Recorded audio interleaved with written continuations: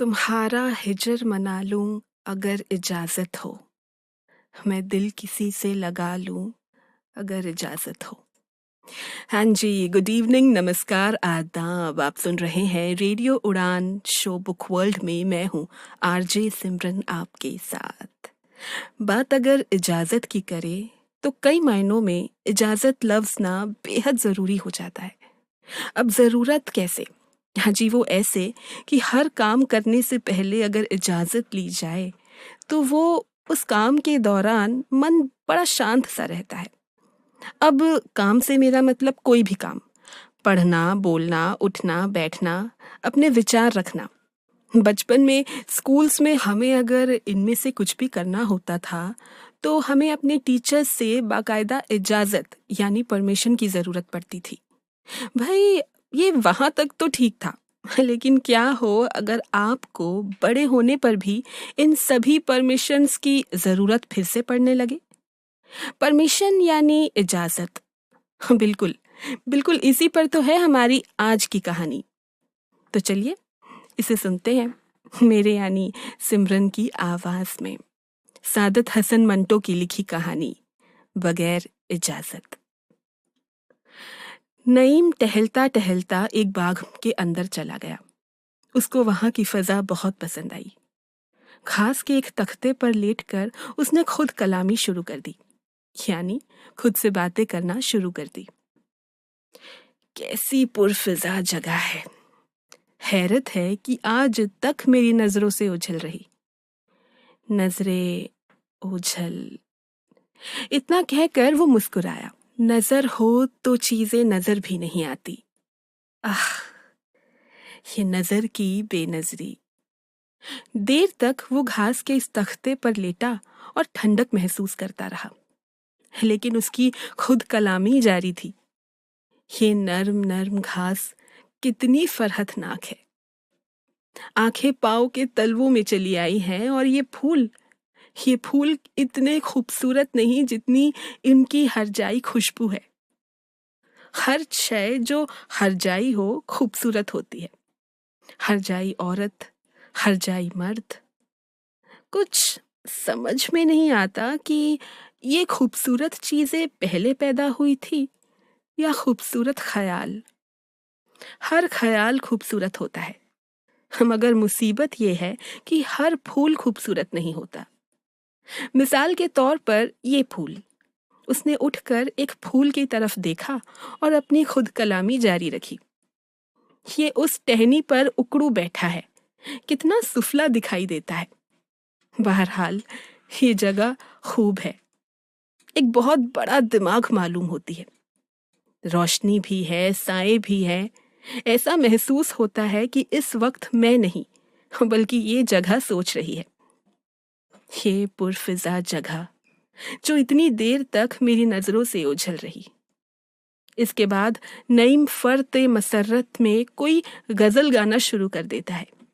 ये अचानक मोटर के हॉर्न की करख्त आवाज उसके साजे दिल के सारे तार झंझोड़ देती है। वो चौंक कर उठता है। देखता है कि एक मोटर पास की रविश पर खड़ी है और एक लंबी लंबी मूंछों वाला आदमी उसकी तरफ कहर आलूद निगाहों से देख रहा है। उस मूंछों वाले आदमी ने गरज कर कहा, ए, तुम कौन हो? नईम ने, जो अपने ही नशे में सरशार था, चौंका। ये मोटर इस बाग में कहां से आ गई? मूंछों वाला, जो इस बाग का मालिक था, बड़बड़ाया, वज़ाकता से तो आदमी शरीफ मालूम होता है, मगर यहाँ कैसे घुस आया? किस इत्मीनान से लेटा था जैसे उसके बाबा का बाग है। फिर उसने बुलंद आवाज में ललकार के नईम से कहा, अम्मा, कुछ सुनते हो? नईम ने जवाब दिया, हुजूर, सुन रहा हूं। तशरीफ ले आइए, यहाँ बहुत पुरफिजा जगह है। बाग का मालिक भुना गया। तशरीफ का बच्चा, इधर आओ। नईम लेट गया। भाई, मुझसे ना आया जाएगा, तुम खुद ही चले आओ। वल्लाह, बड़ी दिल फरेब जगह है, तुम्हारी सब कोफ्त दूर हो जाएगी। बाग का मालिक मोटर से निकला और गुस्से से भरा हुआ नईम के पास आया और कहा, उठो यहां से। नईम के कानों में उसकी तीखी आवाज बहुत नागवार गुजरी। इतने ऊंचे ना बोलो, आओ मेरे पास लेट जाओ, बिल्कुल खामोश, जिस तरह की मैं लेटा हुआ हूं। आंखें बंद कर लो, अपना सारा जिस्म ढीला छोड़ दो, दिमाग की सारी बत्तियां गुल कर दो। फिर जब तुम इस अंधेरे में चलोगे तो टटोलती हुई तुम्हारी उंगलियां गैर इरादी तौर पर ऐसे कुमकुमे रोशन करेंगी जिनके वजूद से तुम बिल्कुल गाफिल थे। आओ मेरे साथ लेट जाओ। बाग के मालिक ने एक लहजा सोचा और नईम से कहा, दीवाने मालूम होते हो। नईम मुस्कुराया, नहीं, तुमने कभी दीवाने देखे ही नहीं। मेरी जगह यहाँ अगर कोई दीवाना होता तो वो इन बिखरी हुई झाड़ियों और टहनियों पर बच्चों के गालों के मानिंद लटके हुए फूलों से कभी मुतमईन ना होता। दीवानगी इत्मीनान का नाम नहीं मेरे दोस्त, लेकिन खैर, आओ दीवानगी की ही बातें करें। बकवास बंद करो, निकल जाओ यहाँ से। बाग के मालिक को तैश आ गया। उसने अपने ड्राइवर को बुलाया और कहा कि नईम को धक्के मारकर यहां से बाहर निकाल दे। अरे तुम कौन हो? बड़े बदतमीज मालूम होते हो। जब नईम बाहर जा रहा था तो उसने गेट पर एक बोर्ड देखा जिस पर यह लिखा था कि बगैर इजाजत यहां अंदर आना मना है। वो मुस्कुराया। हैरत है कि ये मेरी नजरों से ओझल रहा। नजर हो तो बाज चीजें नजर भी नहीं आती। आह, ये नजर की बेनजरी। अब नजर की बेनजरी कह लो या फिर उस खूबसूरत बाग में पुरलुत्फ समा गुजारने की ख्वाहिश, नईम को ना चाहते हुए भी वहां से उठना पड़ा।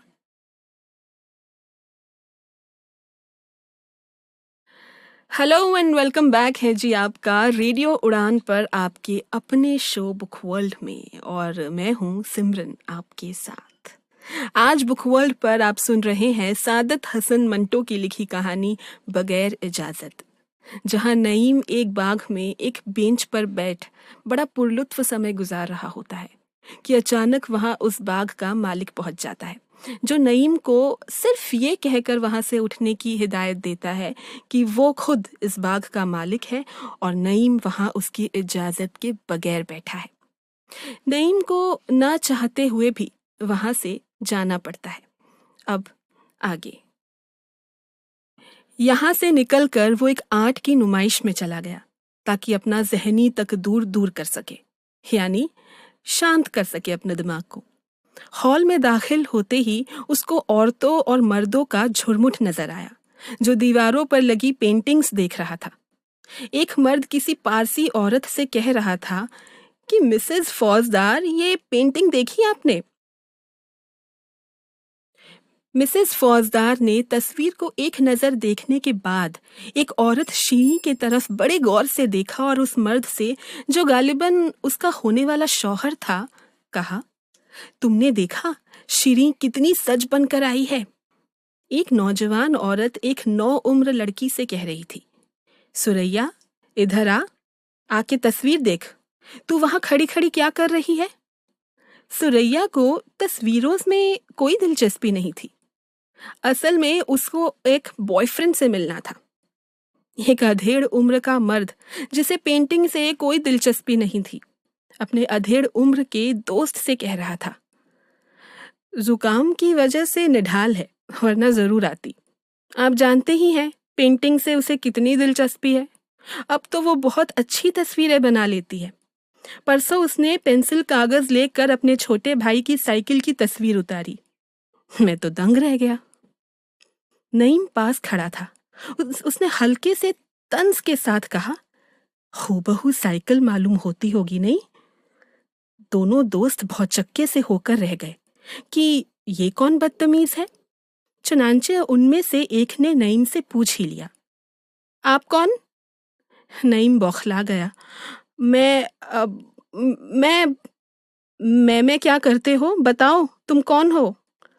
नईम ने संभल कर कहा, आप भला ज़रा आराम से पूछिए, मैं आपको बता सकता हूँ। तुम यहाँ आए कैसे? नईम का जवाब बड़ा मुख्तसर था। जी, पैदल। औरतों और मर्दों ने जो आसपास खड़े तस्वीर देखने की बजाय खुदा मालूम किन किन चीज़ों पर तबसरा कर रहे थे, हंसना शुरू कर दिया। इतने में उस नुमाइश का नाजिम आया। उसको नईम की गुस्ताखी के मुतालिक बताया गया तो उसने बड़े कड़े अंदाज में उससे पूछा, मियाँ, तुम्हारे पास कार्ड है? नईम ने बड़े भोलेपन से जवाब दिया, कार्ड? कैसा कार्ड? Post card? नाजिम ने अपना लहजा और कड़ा करके नईम से कहा, बगैर इजाजत तुम अंदर चले आए? जाओ, भागो यहां से। नईम एक तस्वीर को देखकर देर तक देखना चाहता था, मगर उसे बादले नख्वास्ता वहां से निकलना पड़ा। सीधा अपने घर गया। दरवाजे पर दस्तक दी। उसका नौकर फजलू बाहर निकला। नईम ने उससे दरख्वास्त की, फजलू, क्या मैं अंदर आ सकता हूँ? फजलू बौखला गया। हुजूर, हुजूर, ये आपका अपना घर है, इजाजत कैसी? नईम ने उससे कहा, नहीं फजलू, ये मेरा घर नहीं। ये घर जो मुझे राहत बख्शता है, मेरा कैसे हो सकता है? मुझे अब एक नई बात मालूम हुई है। फजलू ने बड़े अदब से पूछा, क्या सरकार? नईम ने कहा, यही कि ये मेरा घर नहीं। अलबत्ता इसका गर्दो गुबार, इसकी तमाम गलाजतें मेरी है। वो तमाम चीजें जिनसे मुझे कोफ्त होती है, मेरी है।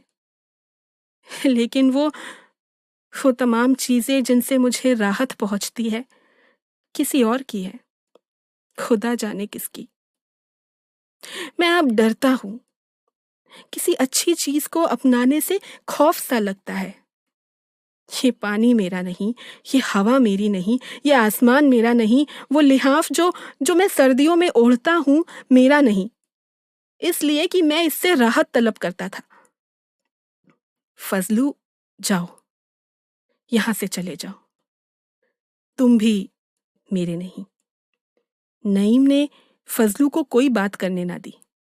वो चला गया।